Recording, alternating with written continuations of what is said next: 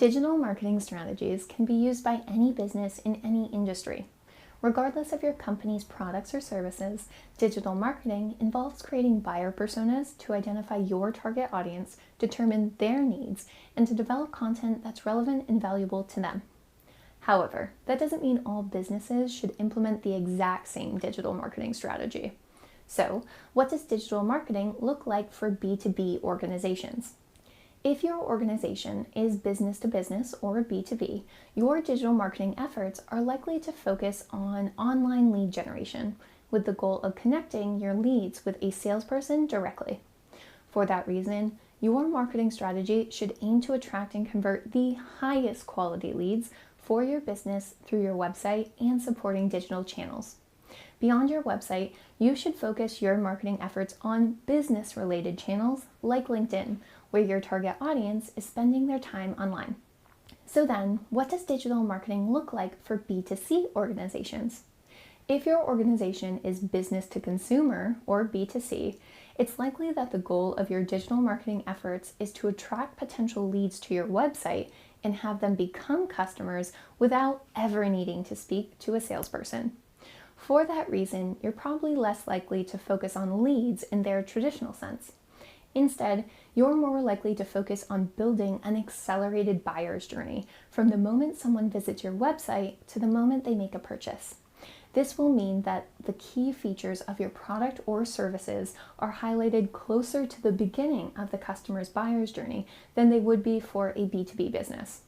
For B2C companies, channels like Instagram and Pinterest can often be more valuable than business-focused platforms like LinkedIn. Now, the kind of content you create depends on your audience's needs at the different stages of the buyer's journey. You should start by creating buyer personas to identify what your audience's goals and challenges are in relation to your business. Your online content should then aim to help your audience meet those goals and overcome those challenges. Next, you'll need to think about when your audience is most likely to be ready to consume your content depending on the stage of the buyer's journey they're in. That's where content mapping comes in. With content mapping, the goal is to target content according to 1. The characteristics of the person who will be consuming it, that's where your buyer personas come in, and 2. How close that individual is to making a purchase, i.e. their life cycle stage. In terms of the format of your content, there are a lot of different things to try. Here are some options HubSpot recommends using at each stage of the buyer's journey. During the awareness stage, it's effective to use infographics. These are very shareable, meaning they increase your chances of being found through social media when others share your content. You can also use short videos. Again, these are very shareable and can help your brand be seen by new audiences by hosting them on platforms like YouTube. During the consideration stage, think about using ebooks. Ebooks are beneficial for lead generation since they're usually more comprehensive than a blog post or infographic. Typically, this means that someone is more likely to exchange their contact information to receive it. You could also try free samples. Consider this. An individual wants to paint the inside of their home, but they don't know what color. As they consider which color, the solution, they pick up paint chip cards from their local hardware store. These cards are created by a provider based on their individual solution. When the individual falls in love with a color, they already know who the provider is that makes it. And no buyer's journey would be complete without webinars.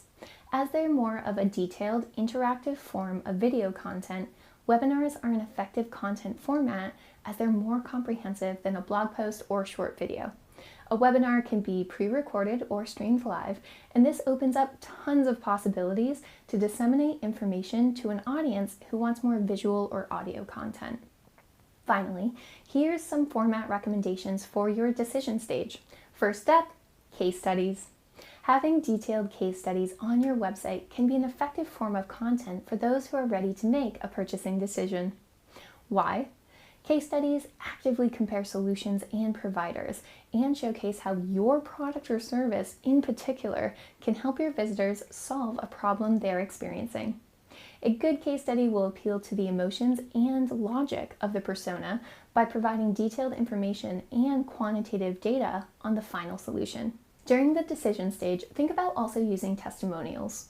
Particularly if case studies aren't a good fit for your business, having short testimonials throughout your website can be a great way to leverage social proof.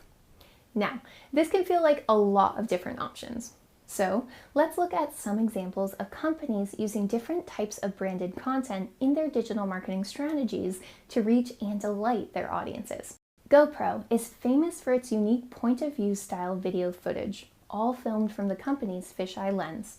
What you might not know is that so much of the video content you see on GoPro's YouTube channel wasn't made by GoPro.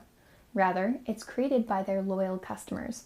By populating their YouTube channel with user-made video content, GoPro has encouraged their fan base to capture their footage and adventures and then post it online, crediting the GoPro product for their footage and experience. This ongoing digital marketing campaign has championed the use of video to spread the word about GoPro's product line, along with creating a community of loyal customers and fans. Then there's Delta Airlines. Delta Airlines is a prolific user of social media, specifically on Twitter. The brand uses the platform to engage potential passengers in a variety of ways that are both timely and emotionally stimulating. For example, in honor of Breast Cancer Awareness Month, the company shared personal stories from Delta employees with their audience on Twitter. This type of Twitter strategy promotes loyalty, positive brand awareness, and gives prospective and current customers an idea about what Delta cares about and stands for. Let's take a look at another example. MasterCard bases its brand on the stories and adventures that cardholders experience. But what good is a travel-based brand without a travel-based digital marketing campaign to go with it? Priceless Cities, MasterCard's travel blog, is a resource that showcases how existing customers use their different credit cards to help them pay for their trips. This creates a direct connection between what MasterCard brands itself as and what customers actually perceive. It also allows the company to better align with the things that their customers invest in, as well as the places their customers travel to. Finally, let's check in on Red Bull. Red Bull has become well known for the sponsorship of extreme sports, not just the energy drink they sell. Instead of creating digital content related to the energy drink, Red Bull captures its audience with articles and videos about the latest news in the extreme sports community. In this way, Red Bull has proved that what you sell isn't always the main or ideal focus for your content strategy. Rather, it can be significantly more valuable to tailor a campaign to the lifestyle your customers live or want to be associated with. This shows the company not only understands their target buyer personas, but caters their content completely to them. Now, keep in mind, these are just a couple examples to get the inspirational juices flowing. Depending on your organization's mission and brand, products and services, what digital marketing will look like in practice for you could be completely different. You can be as creative as your audience demands.